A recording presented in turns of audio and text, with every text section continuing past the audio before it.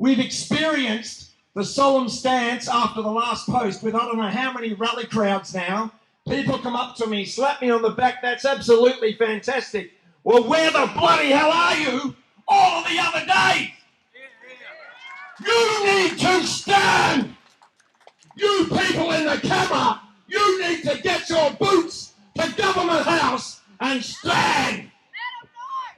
This is not going to change. It's like the Berlin Wall. Tens to hundreds of thousands of people standing there. I don't care if he's McGowan's best buddy. He cannot ignore that. He cannot ignore it, and neither can the mainstream media, because we are going to flood and surround Government House. Who wants to end tyranny? I expect to see all of you there this week. No excuses.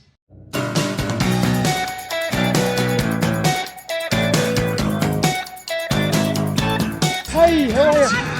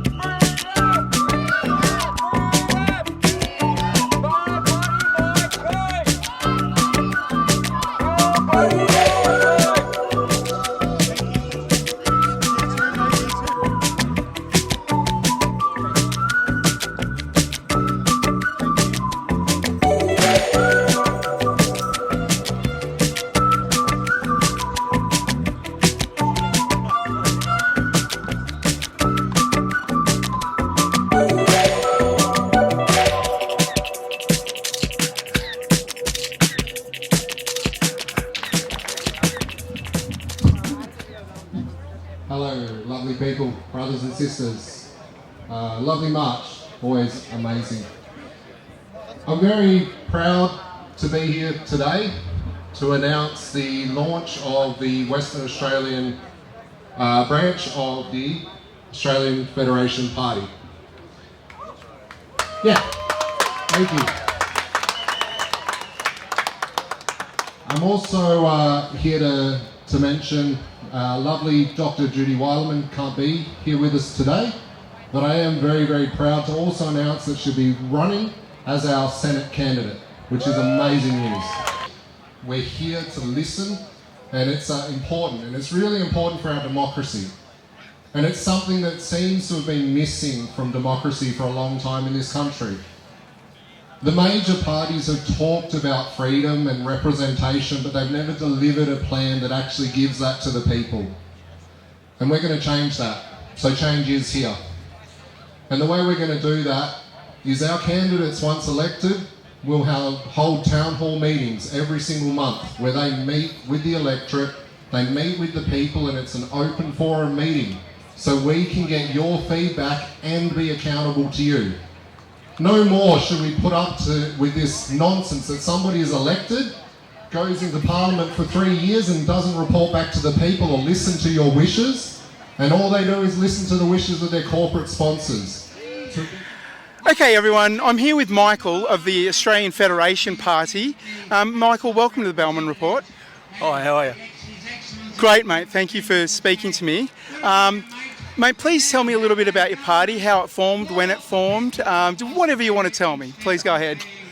Well, how it formed is down to Peter Harris, and if some people remember Peter Harris from Family First back in the early 2000s, and I myself met Peter Harris about 4 or 5 months ago now.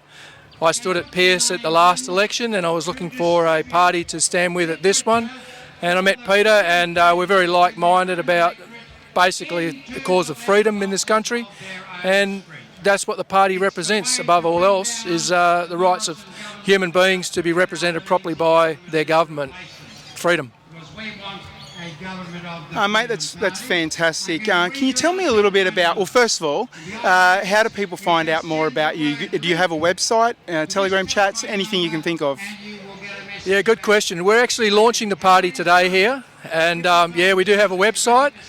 You can get it there, or you can just look us up as the Australian Federation Party or Fed Party, and you'll get it. There's Aidan there, another candidate. Aidan's the candidate for Perth. I'm the candidate for Cowan. And yeah, we're stepping up things on the launch, after the launch today, on the way to the election. I think it's about 90 days or something between now and the election, assuming it's going to be on the 21st of May. And that's the day that Australians have the opportunity to tell the current government what we think about what they've been doing for the last few years. It's very important that people understand that over the last, well, our electoral cycle runs at 1,095 days, and on every one of those days these people can lie to you, they can cheat you, they can ignore you, and they can treat you with contempt. And we get one day, and you have to make it count. You have to make sure you turn up at that ballot box knowing who it is you want to vote for, knowing what they stand for, understanding our preferencing system, and making sure that the people that sit in Canberra now are gone after that day. There's 226 of them, and if you get rid of them and you put ordinary people in place, you'll have a country that works for ordinary people. Thank you very much, Michael. Aidan, would you like to step in here for a second? Yeah, sure. Mates, hi, how are you? I know that you've spoken at other rallies in the past. I think I recorded you a few months ago, actually. Mate, the things that you were saying in your speech today about being answerable to the people was very inspiring, mate. Can you tell me a little bit about that? Yeah, sure. So democracy is an idea, and that idea gets power by the people. So it's up to the people to make sure that we enact democracy. At the moment, we've got a system with the politicians and with the governments where they're not really being true to that ideal of democracy, which is true representation for the people. And so as a party, one of our key policies is to make sure that we are representing the people. And the way that we're going to do that is by running town halls every single month so that we can engage with our electorate, but we can also be accountable to our electorate. And I think that's very important. It's important that the people in the electorate have access to their local member and that their voice is heard. And we're also going to run what we call Democracy 101 classes. And these are also very important for the electorate because we need to re-educate the Australian people on what it actually means to be Australian, to have democracy and to have freedom. And these are protected in our Constitution, and we need to re-educate everyone on what democracy actually is and how we make it work for us, the people. Because really, without the people, there's no democracy. Aidan, thank you very much for the chat. I'd love to talk to you more later on if you ever like to. Please, thank you. We're working really hard to get this off the ground. The stage is yours, guys. Give them a warm welcome, guys. G'day.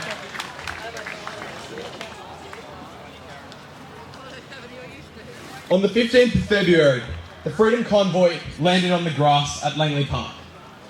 Facing over 50 armed policemen, the Langley Park campers held their ground, suffering only one unlawful arrest, which will be fought in court soon. Night came and we laid our blankets on the grass, eventually getting some sleep. In the morning, the coffee van we had organised was shut down within 10 minutes of its arrival. Ever resilient, the Langley Park campers set up gazebos and we held the fort until 4:30 p.m. Negotiations had been made with the police and we believed we had come to an agreement. Going straight back on their word, a police officer swaggered over and announced that everyone would need to leave by 5:30 p.m. or we would be forcibly removed. I, for one, never believed that this country that I love so dearly would betray me like this. I have always been proud to call myself an Aussie. As 5:30 came around, the police force lined up their vehicles and then formed two large walls. There were over 100 armed officers marching towards us as we sat peacefully in the park, having a picnic. 16 brave men and women were arrested for staying seated in the park. Shame! Personally, I have no resentment for the police. I do, however, now despise more than ever the tyrant that ordered those arrests. My name is Zephyr Milnes, and last week I was one of the 16 arrested for failing to comply with a move-on notice for trespassing in a public park. Luckily, I'm 17 years of age, and after making my way back to the police station in that cramped, cold cabin on the back of a police car, I was simply given a warning for my behaviour. The others were not so lucky. Now, I thought I had the right to peaceful assembly, but it seems the McGowan government no longer recognises that right. Another right they now fail to recognise is my right to education. Due to my vaccination status, I am now no longer allowed to continue my education at the University of Western Australia on campus, and am not provided with any additional aid. Meaning, if I choose to continue my education there, I no longer can interact with the community, I no longer can attend my tutorials, and no longer am I allowed to attend my lectures in person. Yet, I continue to pay full tuition. In addition to cutting my education in half, I am now no longer allowed to seek gainful employment. I am now no longer allowed to dine at a restaurant with my friends. It seems, like many of you, I am no longer accepted as a real person by this society. There was a time that I so often hear stories about, where people at universities would advocate passionately for the freedom of all individuals. There was a time when it was the uni students that would stand up against Big Pharma and the uni students that would stand up to the government. I was told it was the youth that were full of fire and life, and that we were the ones who would protect the freedoms of those who did not have the numbers to project their own voice. Where are we? Where are all my friends? Where are the youth of WA? Most likely lining up for their third jab and calling me a selfish person on Instagram for taking up police resources and not getting vaccinated. Others continue to go about their lives, somewhat annoyed but complain. They are apathetic to the continued struggle of those who refuse to go along with the McGowan mandates. Soon, they will wake up. I promise you, my generation will wake up.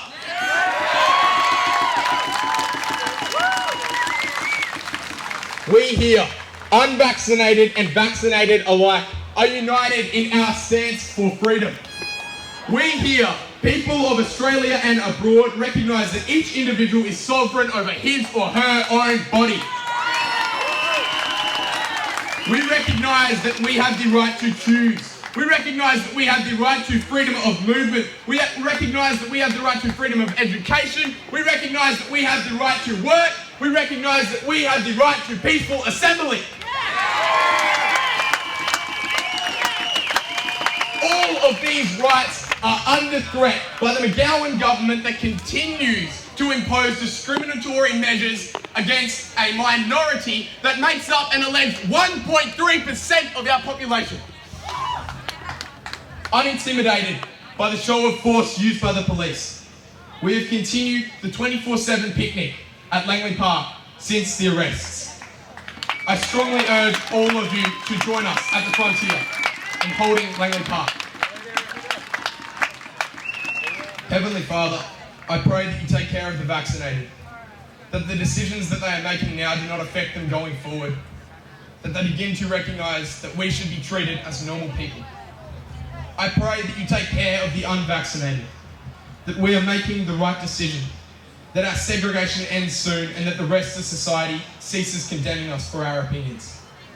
I pray for the Langley campers, that they remain resilient and courageous, that the efforts made there will continue to attract people, and that tonight we have a crowd of people all holding the line with us. Lord, I pray for Mark McGowan, that you give him back his conscience and that he realises the destruction he is causing in the lives of the unvaccinated. Finally, I pray for Australia, and in particular, Western Australia. that as a nation of people we unify regardless of race, religion, gender, sex, opinion, or, as silly as it sounds, vaccination status. I pray that you rekindle the fire which is our great nation.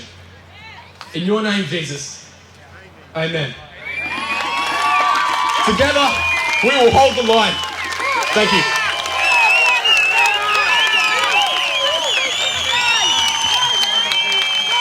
Zephyr, that was a very inspirational speech, mate. Very well done. Would you like to add anything onto what you've said today? Well, not really. I mean, it's all in the speech, but, you know, I would like to reiterate to the universities that it's absolutely unacceptable for them to be telling young people that if they're not vaxxed that they can't come to uni. It's a breach of our right to education, and I won't stand it. Yeah. Mate, I think you've got a very bright future. I'm really looking forward to speaking to you on Monday night. Everyone who, I suppose I should announce it now, we're going to do a little bit of an interview in a studio here in Perth with a couple of your friends who have joined you in the freedom movement. Mate, your stays in the park, I hear that's continuing. What can you tell me? Look, we're not going to leave. Well, actually, no, we might change location, but that'll be just down the road anyway. And you know, we've made a stand and we've been staying there now since the arrests, and yeah, we're not moving. So come down and join us. Brilliant, mate. I'll be there this evening. I'm looking forward to it. Don't know if I'll be able to stay. I've got a bit of editing to do after today. Mate, once again, I think I've already asked you this, but I'd just like to ask you again, what would you say to Mark McGowan? Drop the mandates. Drop the mandates now. It's a breach of rights and you know it. Drop the mandates, Mark. Seriously. Thanks very much, mate. I'll talk to you later tonight. Hence, the idea came about that we could go protest on the first day of uni. And all that hard work must have paid off somehow, because I'm here today talking to you. So, what my sister and I and all the others standing behind us would like to ask of you is to come and support us at our protest. It's on the 28th, so this coming Monday, at 10 o'clock in the morning, and we will be starting our march at the Vice-Chancellor's office before heading through the rest of the campus. Hopefully, we can chant some sense into those zombies.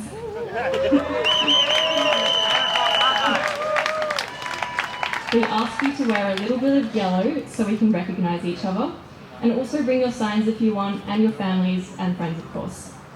Whoever would like to join in and show these pompous bureaucrats that we are not happy with their decision, we are not happy with the discrimination when they call themselves an all-inclusive equal university, and we are certainly not going to back down and roll over.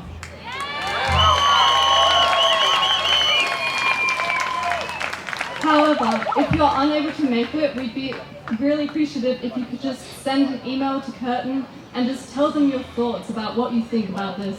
I mean, you might want to go to uni, you might have kids that might want to go, so just tell them, bombard them with emails, because I think at University in Adelaide, they back down because of that. There's also a petition going around, so if you want to sign that, just come up to us after and we'll give you some more information. But thank you so much for listening. Thank you. Okay, guys, we're here with Andrea and Sphere? Okay, sorry about that. Welcome to the Bellman Report. Girls, you have a very interesting initiative going on at your university. Please tell me a little bit about it.